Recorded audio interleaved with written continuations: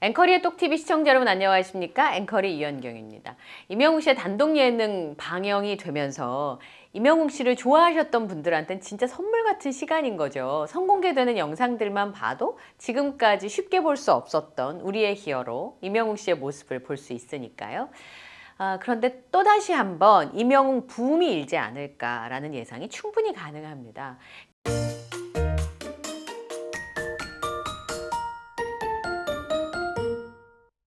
KBS라고 하는 플랫폼을 통해서 방송국을 통해서 방송이 되는 것이기 때문에 온 가족이 다 앉아서 볼 수 있는 예능이고 또 5월이 가정의 달이잖아요. 임영웅 씨가 전 세대에 어필 가능한 아티스트이기 때문에 그의 좋은 인성, 훌륭한 실력 그리고 뭐 아름다운 목소리, 훌륭한 피지컬 뭐 이런 것들이 다 전 세대에 어필할 수 있으니까 또다시 한번 임영웅이라는 아티스트에 대해서 호감을 갖는 사람이 많이 늘어날 거란 생각이 듭니다. 지난번에 시축 현장에 갔을 때도 임영웅 씨를 전혀 몰랐던 그리고 제대로 알지 못했던 사람들이 임영웅이라고 한 아티스트에 대해서 얼마나 반했는지를 기억해 보면 이번 방송 후에도 그 같은 현상이 일어나지 않을까 기대가 저절로 됩니다. 6월 달에 발매가 되는 월간조선에 이러한 임영웅 현상에 대한 기획 기사가 실렸습니다. 현상이란 말이 붙는다는 건 제가 누누이 말씀드렸지만 그냥 임영웅이라고 하는 아티스트가 인기가 엄청 많아요. 노래를 굉장히 잘해요. 굉장히 멋있어요.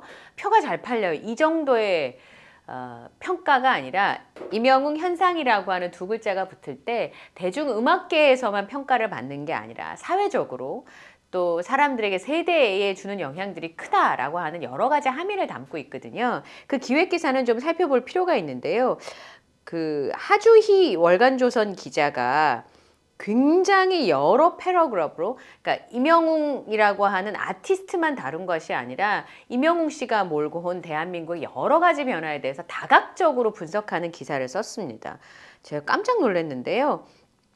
하주희 기자가 쓴 이 기사는 월간조선 6월호에 실린다고 합니다. 근데 앞부분만 지금 인터넷에 올라와 있는데요. 고백하자면 하주희 기자가 임영웅 씨에 대해서 잘 몰랐다고 합니다.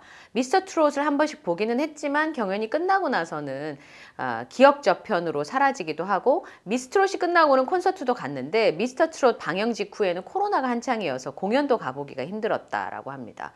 그리고 2020년에 미스터 트롯을 통해서 세상에 알려진 가수들이 워낙 인기가 있다는 것은 어렴풋이 알고 있었지만 그 정도였는데 그런데 그게 아니었다라고 하면서 임영웅 현상에 대해서 설명을 해주고 있어요. 지난 4월에 임영웅 씨가 빅데이터 분석을 통해서 매긴 스타브랜드 평판에서 1위를 차지했습니다. 그런데 이게 글로벌 아이돌인 방탄소년단과 블랙핑크를 모두 다 제치고 브랜드 평판 1위를 차지했다는 것이 깜짝 놀랄 만한 일인 것이죠.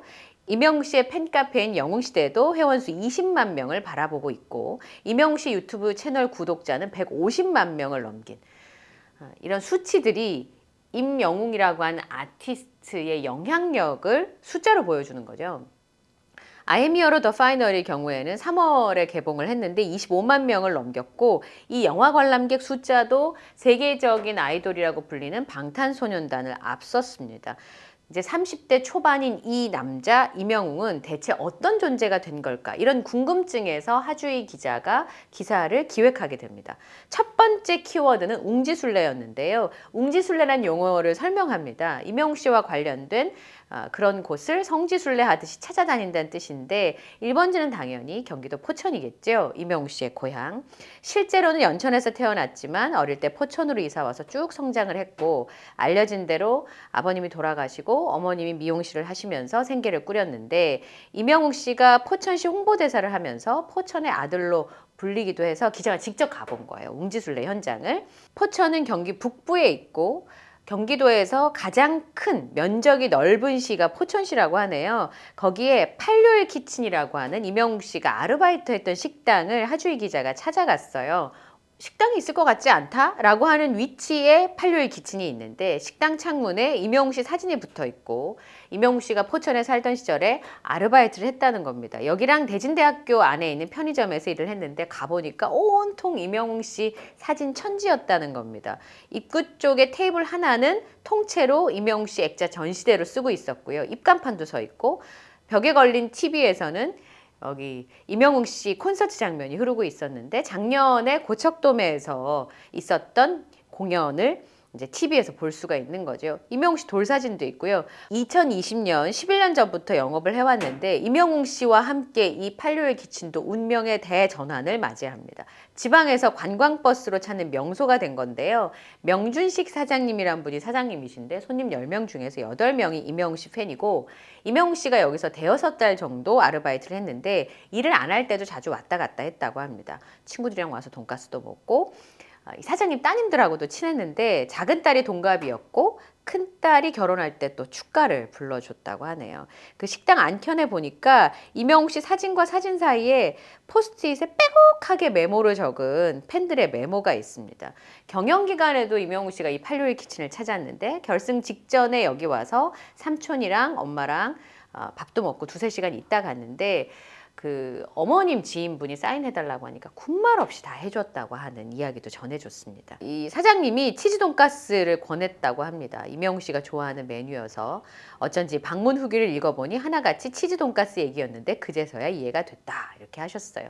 뭐 그 사장님이 끓여주신 스프도 맛있었고 치즈 돈가스도 맛있고 커피도 맛있었다 하시면서 이제 이 기자분은 이 상황이 굉장히 신기할 수밖에 없는 거잖아요. 공연 영상이 텔레비전으로 이렇게 막 나오는데 식당에 들어오는 손님들을 보느라고 바빴음에도 불구하고 음식을 아주 맛있게 드셨답니다. 예약도 많이 들어오나 봐요. 칠판에 적혀 있는 거 보니까 대구에서는 58명, 목포에서 15명, 관광버스로 수십 대는 왔다 갔다고 하시면서 임영웅 씨 노래 들으면서 밥 먹고 커피 마시면서 놀다 가시는 분들이 많으시다고 합니다.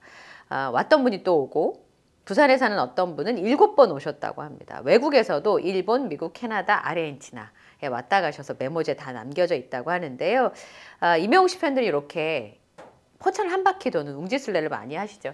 여기 오시면 사진들을 많이 보여주세요. 지난번에도 오셨던 분들이 보여주셨는데 한 서너 분이서요. 하늘색 티셔츠를 입고 다 같이 포천 다녀오신 사진을 보여주셨는데 딱 요 코스였어요. 산정호수, 포천 아트밸리 이렇게 여행지를 다녀오시는 웅지순례가 있다는 게 기자분의 눈에는 굉장히 놀랍게 느껴졌던 모양입니다.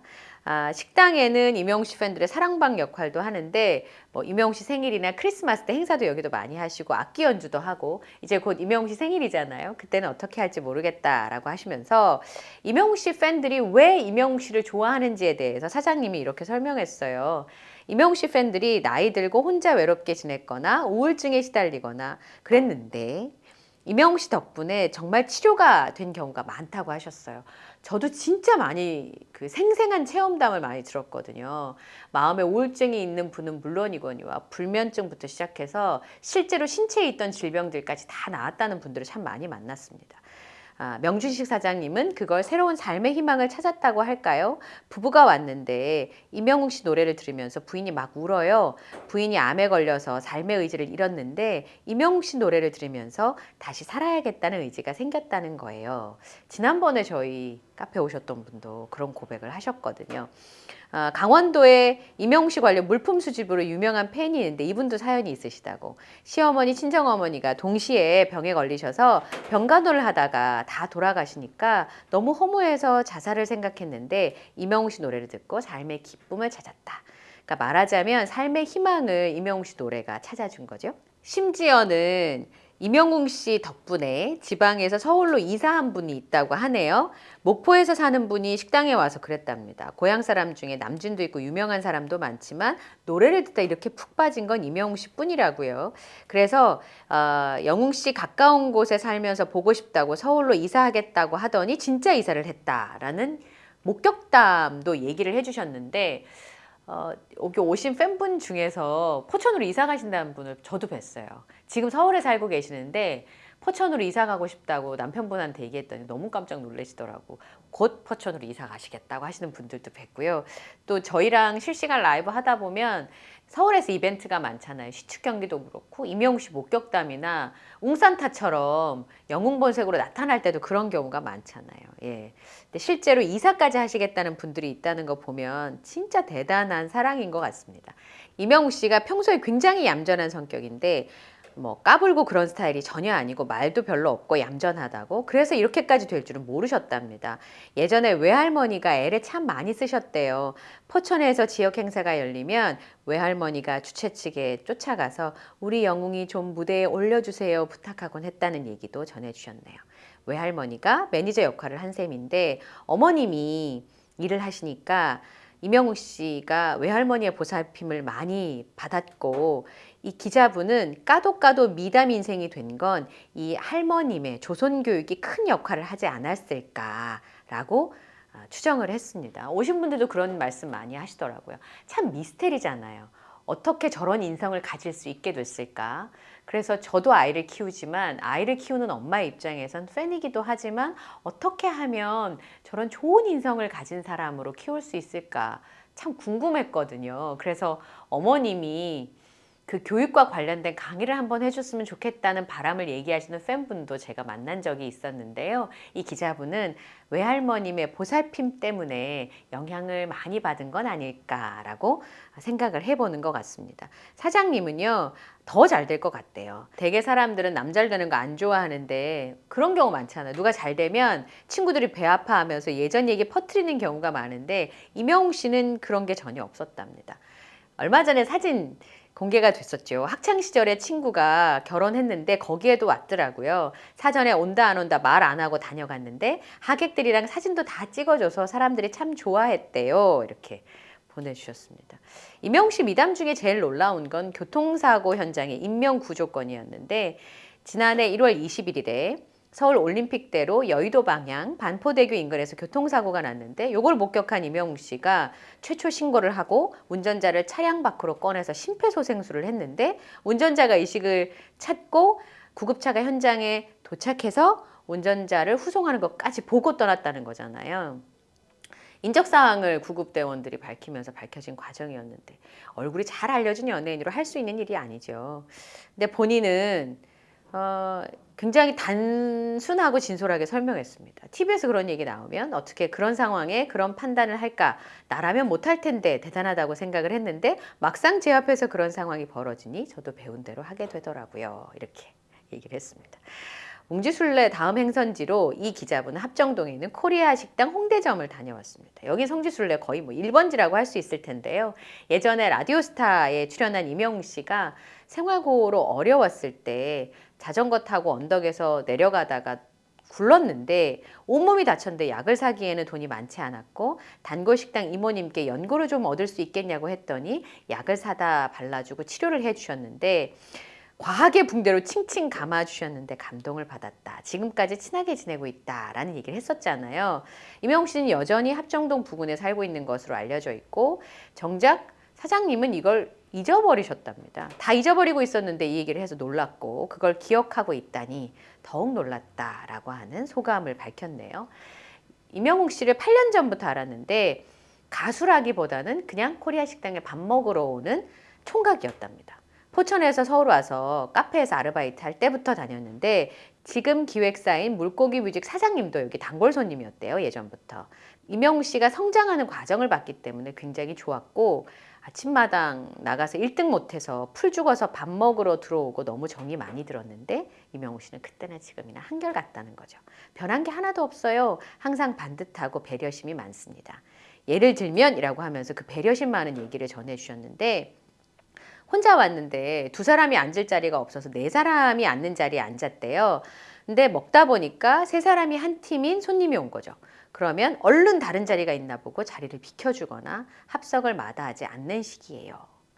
기자님이 메뉴판 이렇게 보니까 이명웅 씨가 청국장을 좋아한다면서 치즈 돈가스를 먹었으니까 청국장도 먹어봐야 되나 싶었지만, 낮에 한가한 시간에 인터뷰하러 찾아간 거라 뭘 먹기가 어중간했다라는 겁니다. 월간조선의 이 하주희 기자가 보니까 여러 패러그래프로 이명웅 씨와 관련된 여러 기사를 썼는데요. 제가 요 내용을 차근차근 순서대로 다 소개를 해드리고요. 또 취재를 가서 보여드릴 수 있는 내용들은 좀 보여드릴 수 있도록 노력을 해보겠습니다. 웅지순례라고 하는 새로운 용어를 만들었고, 거기에서 무명 시절부터 함께했던 분들의 증언을 들어보면 한결같고 속 깊고 따뜻한 이명웅 씨의 인성이 더욱 빛나는 것 같아. 참 좋네요. 어떻게 이렇게 눈치를 보고 세 병이 오신 테이블이 있으면 이렇게 합석을 해주는 그런 배려심은 저도 아이를 키우면서 좀 그렇게 키우고 싶다고 생각하지만 가르쳐서 되는 걸까? 그런 생각이 문득 들기도 합니다. 이명웅 씨의 단독 예능을 보면 제가 이렇게 기사를 읽으면서도 약간 눈물이 나면서 마음이 뭉클하거든요. 근데 이런 기분들을 새롭게 느끼시는 팬분들이 많이 늘어나지 않을까라는 생각이 퍼뜩 드네요. 오늘 영상도 마음에 드셨다면 구독, 좋아요, 알림 설정을 부탁드리고요. 저는 또 다음 영상에서 인사드리겠습니다. 함께 해주셔서 고맙습니다.